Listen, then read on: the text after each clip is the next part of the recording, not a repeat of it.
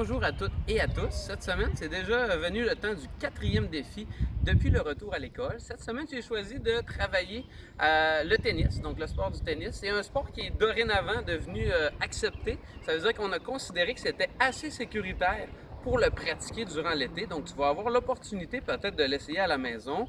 Peut-être que tu vas avoir l'opportunité de l'essayer avec un ami, avec un parent, ou peut-être même que tu es seul, que tu vas pas uniquement le faire avec un mur ou individuellement. Je vais te montrer une manière de le pratiquer. Et peut-être même aussi, dans un dernier temps, où est-ce que tu vas avoir la possibilité d'utiliser un terrain à un endroit où est-ce que ça va être autorisé et toléré. Donc, je te donne 5 moyens de travailler tes manipulations pour améliorer ta frappe avec une raquette de tennis et une balle de tennis. Si tu n'as pas ce matériel-là à la maison, tu peux utiliser un autre type de raquette. Comme exemple, tu aurais pu utiliser peut-être une raquette de tennis de table, donc de ping-pong, avec une balle de ping-pong. La même chose avec peut-être une raquette de badminton ou un autre badminton. Mais c'est sûr que l'idéal, tu aurais une raquette de tennis avec une balle de tennis. Donc, on va y aller du plus simple au plus difficile.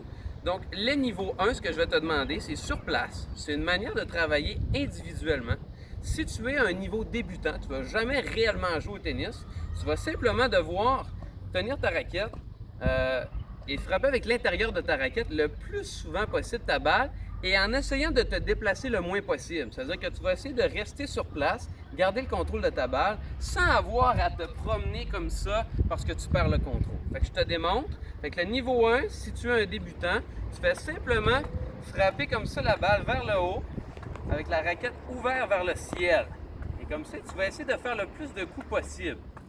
Si toi, tu es un joueur qui a déjà joué, que tu as un niveau intermédiaire à avancer, tu vas faire quand même un travail individuel sur place, mais ce que je vais te demander de faire, c'est de frapper un coup avec l'intérieur de ta raquette et un coup droit, et je vais te demander de tourner ta raquette pour faire un coup du revers. Donc, coup droit, revers, coup droit, revers. Donc, de cette manière-là. Revers, coup droit, revers, coup droit, revers, coup droit, revers. Simplement, là, pour trouver un volume, pour t'échauffer avant de faire les niveaux les plus difficiles. Donc, tu fais simplement intérieur, revers, revers. Quand tu as fait assez de coups, tu peux compter pour faire un record, pour voir combien tu es capable de faire de coups. Sinon, tu peux faire juste un échauffement comme ça.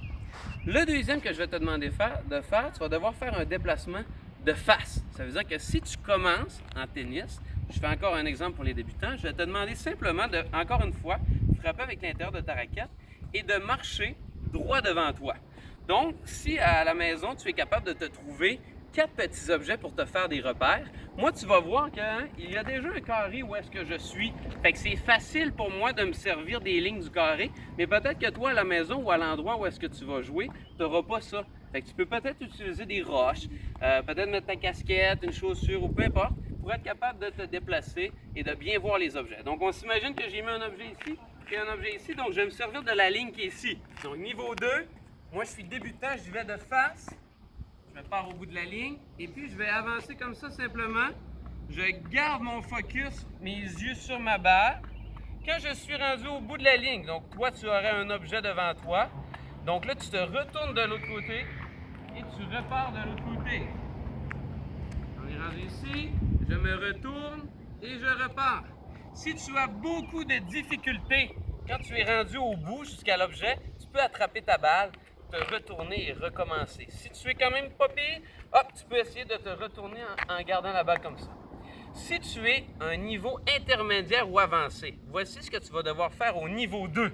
Je vais te demander encore une fois de tourner ta raquette entre le coup droit et le coup du revers. Et quand tu vas arriver au bout, je vais te demander de revenir de reculons. Je te démontre. Je vais dire que je suis au bout ici. Je vais comme ça. Hop, j'y vais de face. Je retourne ma raquette et quand j'arrive au bout, je repars de reculons comme ça. Je vais perdre ma raquette.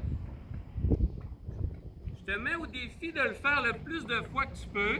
Si tu es très très bon et tu vois que tu es rendu, que tu as fait beaucoup d'allers-retours, tu es bien réchauffé, c'est correct, tu peux arrêter ce niveau-là. Le but, c'est pas de le faire 1 million de fois non plus, c'est de trouver un petit volume pour s'activer. Donc ça, c'est le deuxième. On a travaillé de face et de reculons. Maintenant, je vais te demander de faire des déplacements latéraux. C'est la même chose pour la raquette. Ça veut dire que si tu es un débutant, je vais te demander encore une fois de simplement frapper ta balle vers le ciel Mais cette fois-ci, au lieu de te déplacer de face, je vais te demander de te déplacer en faisant des pas chassés. Donc des pas chassés, là, c'est de côté comme ça. Et il y a un pied qui avance en avant, il y a un pied qui suit, un pied qui avance, un pied qui suit. Donc je commence au bout. Et là, je vais me déplacer. Hop. Et je vais venir de côté comme ça. Et là, tu vas repartir de l'autre côté. Donc quand je vais de ce côté-là, c'est mon pied de droite qui est le guide, le maître. Et quand je repars de l'autre côté, c'est mon pied gauche qui dirige. Si tu es à un niveau avancé, intermédiaire avancé, je vais te demander de faire le même déplacement, mais cette fois-ci, je vais te demander encore une fois de retourner ta raquette. Donc tu fais comme ça, tu fais les pas chassés, tu retournes ta raquette et je repars de l'autre côté. Donc déjà là, et là tu vas faire le plus d'aller-retour que tu peux ou assez pour être à l'aise. Fait que déjà là, tu as travaillé ta manipulation de balle, tu as travaillé à être sur place, tu as travaillé un déplacement de face et de dos, et en plus de ça, tu as travaillé un déplacement latéral. Donc si tu es à la maison, tu as simplement ta raquette et ta balle, c'est facile de se trouver deux petits objets et de travailler ces trois niveaux-là. Moi, où est-ce que je me trouve présentement? J'ai la chance d'avoir un mur.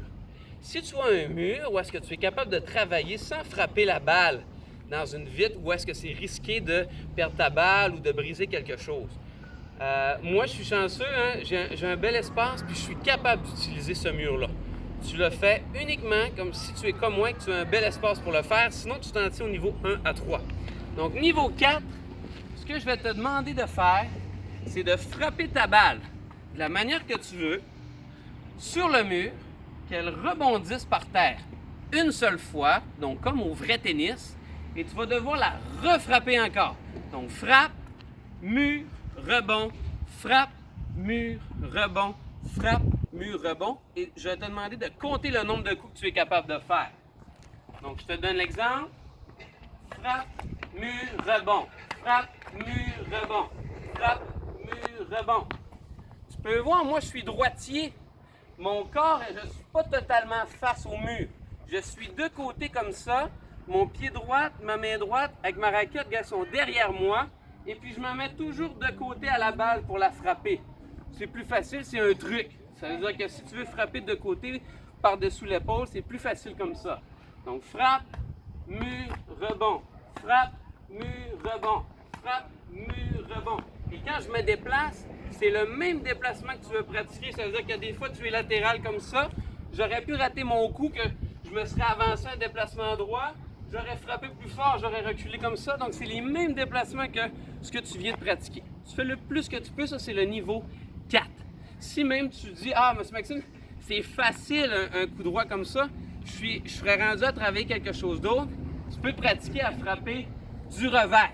Ça veut dire la même chose, mais au lieu de frapper avec ta raquette comme ça, tu peux pratiquer à frapper avec ta raquette de l'autre côté. Le dernier défi que je te demande, niveau 5, tu vas devoir frapper en faisant une pronation.